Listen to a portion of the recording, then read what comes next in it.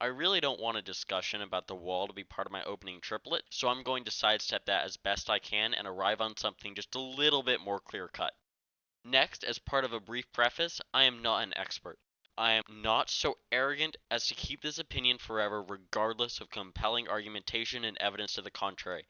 Despite that, this video will stay up regardless of an opinion change. If my opinion does change, I will simply release a rebuttal to this video essay. It isn't a surprise that in the current climate, the immigration court has some issues. Even a middle schooler knows that the system is too slow to be efficient for anyone, regardless of which political view that person holds. What people may not realize is the genuinely undeniable idiocy that comes with enforcing a denial of asylum in our courts, and how it ties to a greater problem in the US immigration review system.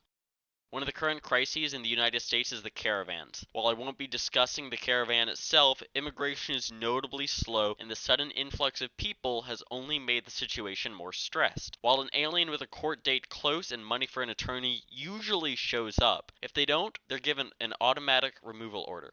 ICE, Immigration and Customs Enforcement, adds this to their stack to slowly build down, which will often take a decade or longer. Not only does that lessen any actual consequence, and thus deterrent, it gives time and opportunity within the country. If an immigrant shows up to court and is denied asylum, a similar thing happens. They're given an order to remove, which is followed up on maybe a very long time later. This provides most rejected asylees with a different relief, giving them the ability to make a motion to reopen the case.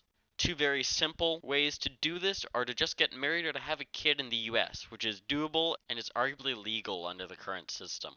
On the other hand, this is incredibly unjust. An asylee has been proven to not be viable for asylum and has been ordered out of the country. The country keeps them due to a backlog, at least for a decade or so. The immigrant, who shouldn't even be in the country in a utopian sense, uses their position in the country that they're not supposed to be in to check some boxes that can only be checked while in the country.